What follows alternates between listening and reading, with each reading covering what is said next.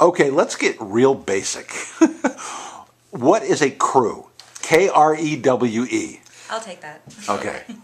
Okay, a crew is a group of people that traditionally put on all the Mardi Gras events in Louisiana at Mardi Gras season. So they'll put on the balls, they'll put on the tableaus, they'll put on the parades themselves. So it's private entities, it's private people that generate the whole Mardi Gras scenes, sights, and sounds. And the purpose is to make a party. The purpose is definitely to make a party. It's to celebrate the Mardi Gras tradition. Ah, okay.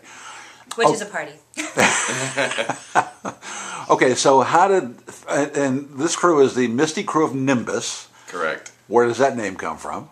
That was our queen from the first Mardi Gras ball, Queen Kate, actually came up with that.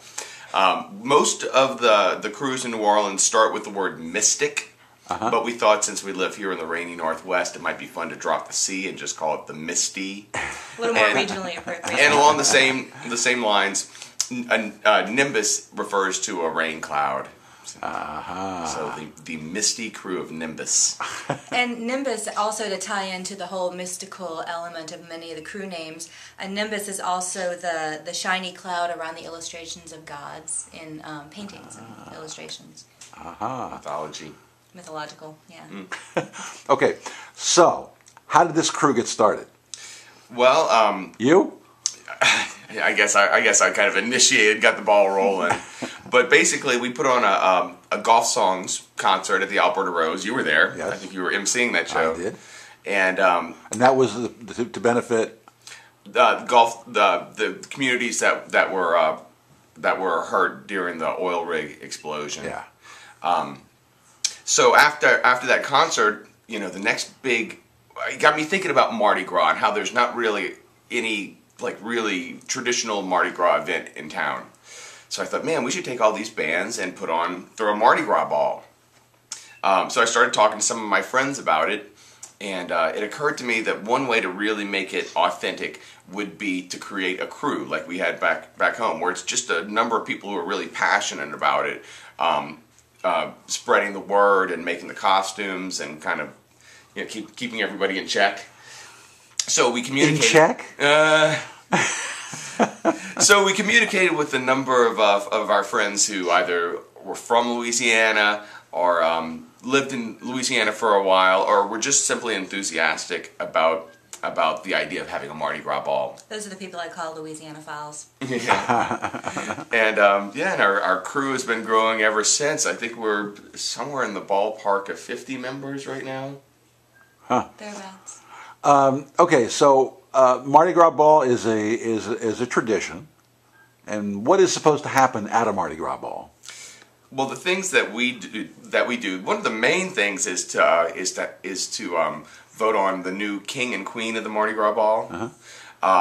We also have lots of good food that's cooked up by a Louisiana chef that has moved here to Portland. Very fine one, Trey Corkin. Little shout out for the Swamp Shack.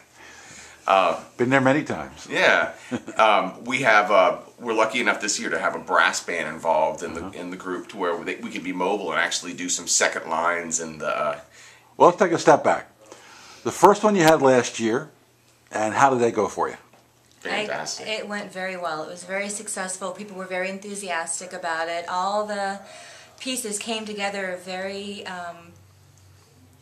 easily, it seemed. There was the beauty of this crew is we're greater than the sum of our parts. We have so much talent and enthusiasm in the members of this group that the decorations were amazing, the music was amazing, the food was amazing, and the attendance and the costumes and everything was just so wonderful, and it seemed very Louisiana authentic to us. And that's key. That's what we were shooting for, to have fun and to be authentic. Did either or both of you costume?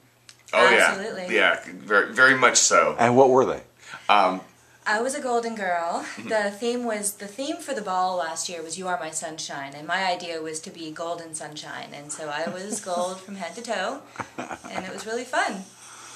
And you? I was kind of like a circus ringmaster, sort of. I had this multicolored tuxedo with a big, crazy purple, green, and gold top hat. And you played, of course. And I played, yeah. Okay, so that was good. And so when is this year's? Where is it? And what's going to happen? Well, this year it will be at the Boston Nova Ballroom, and it'll be on February 18th. Thank you. February 18th, which is the Saturday before Mardi Gras proper.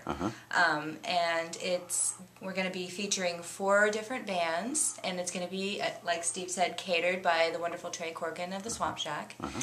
And we're going to have a little parade and a second line and all kinds of wonderful events. We're going to have a costume contest. A lot of the costumes are going to be based on this year's theme song, which is They All Asked for You. We went on down to the Audubon Zoo. A Meters tune. Yeah. It's a funky Meters tune. Yeah. The 4 bands we have playing this year are the Transcendental Brass Band, Toulouse Cajun and Zydeco Band, Atomic Gumbo, and Philly's Funkestra. And how many of them are you going to be playing in? I'm going to be playing in 2 of them. Yeah. That way he'll be able to dance with me. That's right. Which 2? I'm going to play in Atomic Gumbo and Toulouse. Who's in Atomic Gumbo? This year we're going to have 2 guitar players. We're going to have both Peter Damon and Alan Hagar, which should be pretty cool. We have Heidi Schuler's playing percussion. We have Kelly Dunn playing drums. Jim Miller is playing bass guitar. We have Dan Fincher playing sax. And I think we're going to have Transcendental Brass sit in with us for a couple of tunes. So. Steve Kerin on piano. That's spice it up, yeah. So you'll have the brass band for the second line. The idea is to have the brass band interspersed throughout the evening, so they'll participate in the second line and maybe do some music for the costume contest, and just have people follow them and dance around and just try to experience that element of Louisiana culture. Second line isn't necessarily strictly a Mardi Gras event. A second line is a people's parade that can happen spontaneously anytime in the city of New Orleans.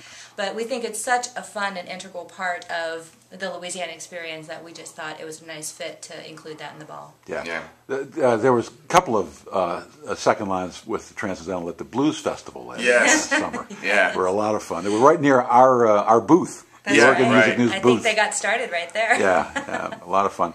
So this is a whole year project for the crew, right? Yeah. It is. Definitely ramps up in the months ahead, and it slacks off the months after. But it's definitely a project that we're invested in emotionally and time-wise. Yeah. We like to work on it year-round. I think as an excuse to kind of get together with our friends in the group that we've gotten quite close to over the past while. But you guys are not going to be working too hard to have fun, are you? Oh, no, not... I'm planning on having a ball at the ball. Absolutely.